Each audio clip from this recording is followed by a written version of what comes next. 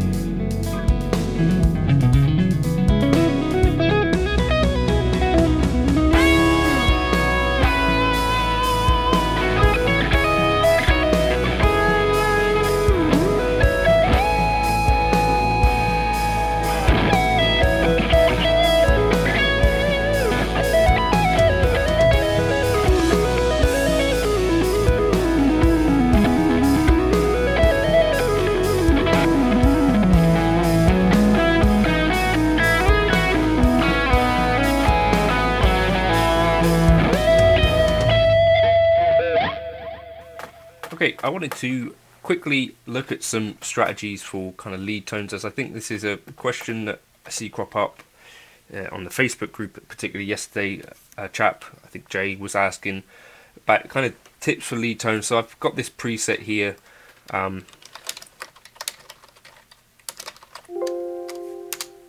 Just the tip, and we'll save that to the library. So for me, the first place to start really is selecting an amp that does the things that you want it to do. In particular, I've got a certain kind of taste for certain things, and I need an amp that can do kind of driven tones but also pretty clean tones. So the Line 6 litigator tends to be the one that I'd choose. The Aristocrat could also work for this, as well as Cali Texas Channel 2 is another good option. Those are just some of the options. There are obviously lots more. So, next kind of thing to think about would be cab. For me, I really like the 4x12 Cali V30. 67 condenser is what I like to use, and the position at a 3.9, so just off of the cone. That helps to dull down the tone a little bit, so we're not getting super bright tones when we turn the gain up. We'll come back to high cut here because that is a really good strategy, I think. Then, up in front of the amplifier, generally I would use the red squeeze, and this obviously adjusts to taste into your guitar. In particular for me,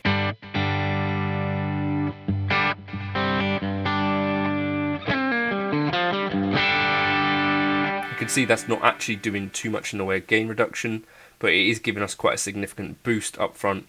I've got the mix here at 83%. The level, again, adjust depending on guitar, but here, I'm basically just boosting the front of the amplifier.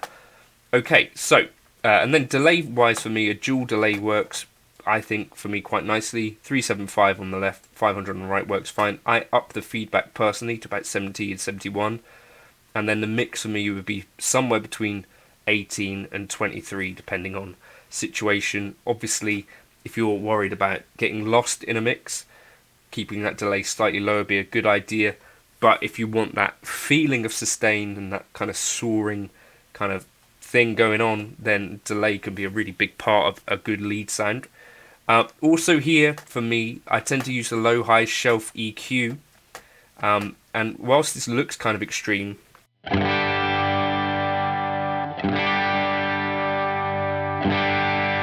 you see what it's really doing is kicking the low end and giving us more of that kind of rumbly stuff. And here this is the low-high shelf EQ, the low frequency at 150 Hz and the low gain at plus 12. So it's helping to sort of balance out the tone a little bit and just give me a bit more of that kind of feeling like there's an amp moving some air. When it comes to actually playing it in a mix or recording with it, this might be the sort of thing that you'd take out to make it sit better, but whilst I'm playing, this is a useful thing to have. So this might be like a lighter gain setting.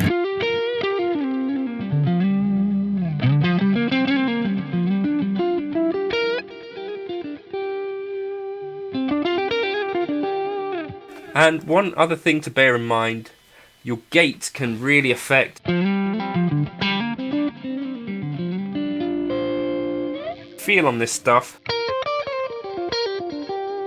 So for me personally, if it's the lighter gain stuff, I would try to keep the gate off, and then once the gain starts to come in a bit more, put it on. So my amp settings here, I've got the driver at about 3.4, barely tickling breakup, the bass at 5, the mids boosted here as I'm using single coils. You'd consider taking that back down if you're kind of using humbuckers, and the treble here kind of about halfway, 4.7. The presence I've got turned off. You could kind of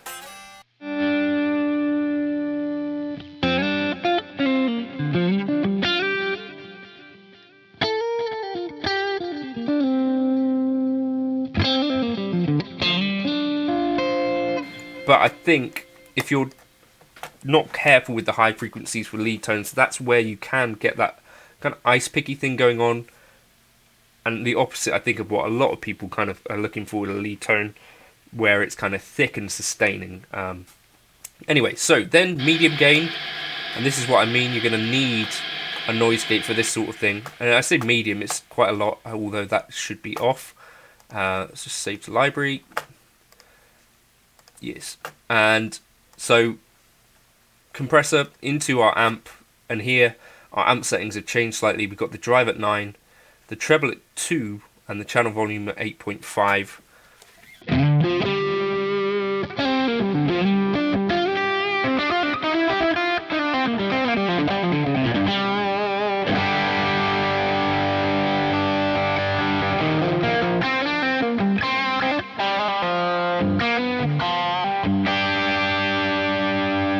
Okay, and that's all fine, and then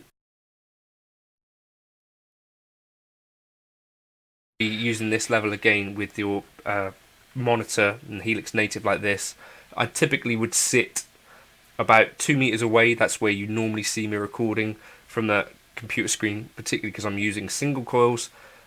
There's no way that I'd be able to record this sort of thing near the monitor really.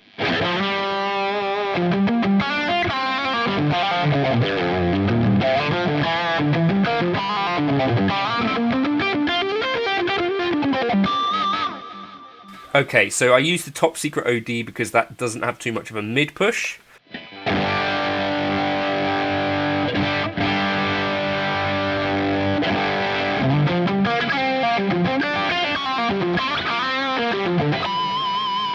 And that can really start to make things get into that super gainy sort of territory.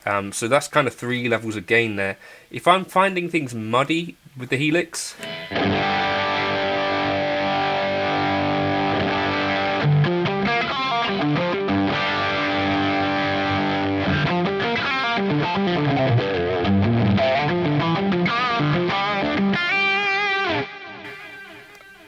dropping that bass doesn't do a whole lot.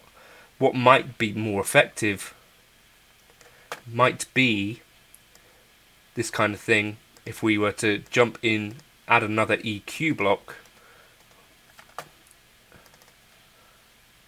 parametric for example, sorry, 10 band, and sort of around this area might be where we might tease out some of the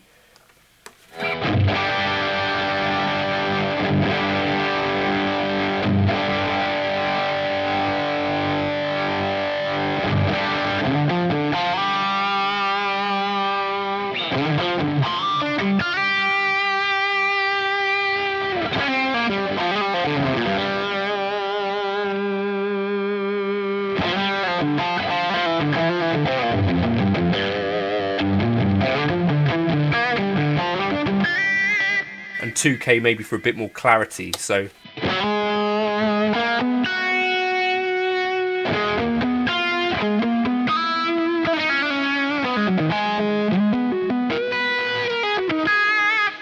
also worth bearing in mind for this kind of hotter tone, I'd generally be using my bridge pickup on a Strat. So that is why we kind of focus on making things smooth in the top end and kind of err on the side of darker rather than a super bright tone, if that makes sense. So that might be an idea there. Another thing that you see folks talk about doing, and this is unconventional but something that people do with success, is to use a kinky boost between the amp and cab.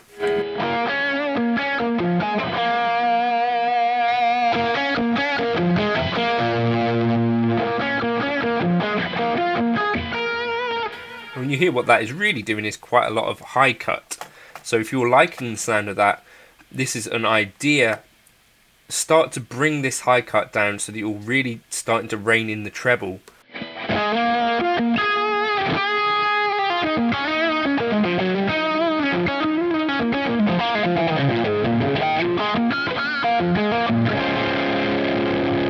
You can go all the way down to sort of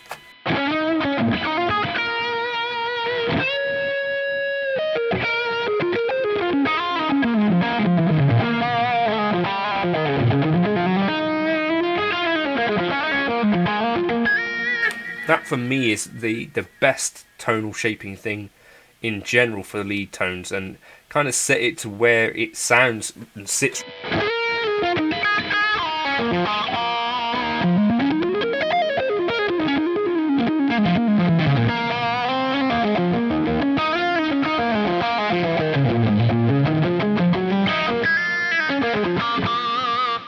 I think that can really make things very different sounding.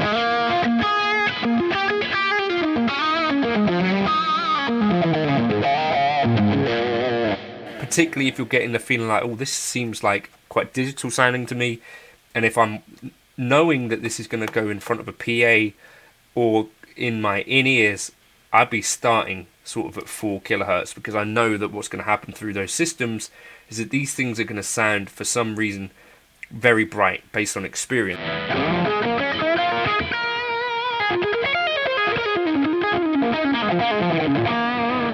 Those are kind of my go-to settings for setting up a lead tone that really works for me, and kind of setting up a preset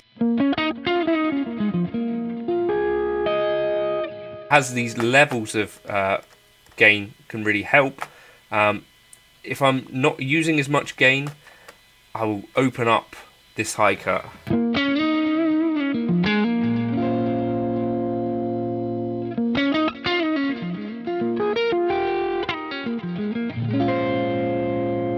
But as you start to bring in a bit more,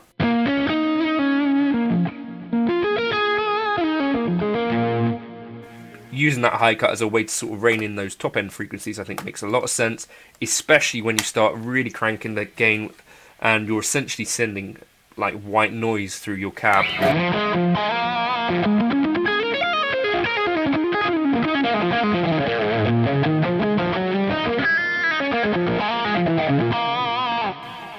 And by that point, when you're using that level of gain, actually the amp model in particular does not make as much of a difference as some of these other techniques that we've already used, if that makes some sense. But like even with, I don't know, something like a Vox, this would give you a certain kind of vibe on that lead tone. So even like a bright Vox amp with the drive up high, I'm going to guess, take our cut down, treble.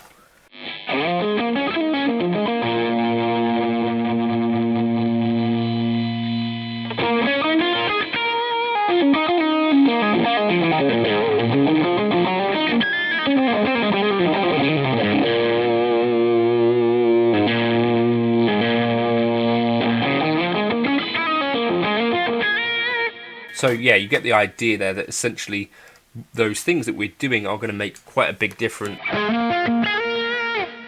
Although obviously making the right amp choice at the start would probably be a good idea.